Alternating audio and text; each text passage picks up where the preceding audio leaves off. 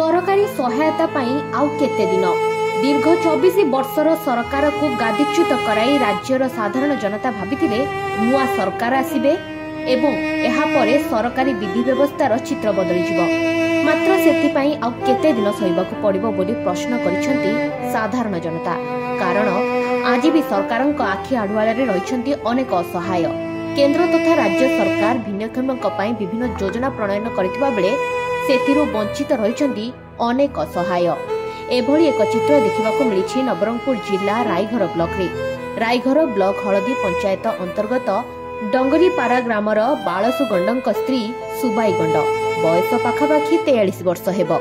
6 वर्ष पूर्वे तांकर दुई पादरे घा होइथिला। बहु चिकित्सा परे भी कोनोसी सुफल मिलिला नहीं। शेषरे कोंडागा ग्रामर एक बेसरकारी डाक्तरखाना रे देखाइबारु संक्रमण अत्यधिक बढ़ी जाइछि कहि पाद दुईटाको काटी दिया जाइथिला। सेबेठु सुबाई दुई पाद हराई दिव्यांग होई जाइछंती। घटना को बीती गलानी 6 वर्ष हेले आज जाए से दिव्यांग भत्तारु मध्य वंचित रहिछंती। सुबाईक परिवार रे मोट 7 जन सदस्य रहिछंती। सेमानक मध्यरे 3 जन पुओ एवं 2 जन झियो छंती। घरर आर्थिक स्थिति मध्य अत्यंत दयनीय। सरकारी सहायता कहले मात्र 35 किलो चाउल। प्रधानमंत्री आवास योजना रे एजाए घर खंडिए मध्य एही परिवार को मिली पारिला नहीं।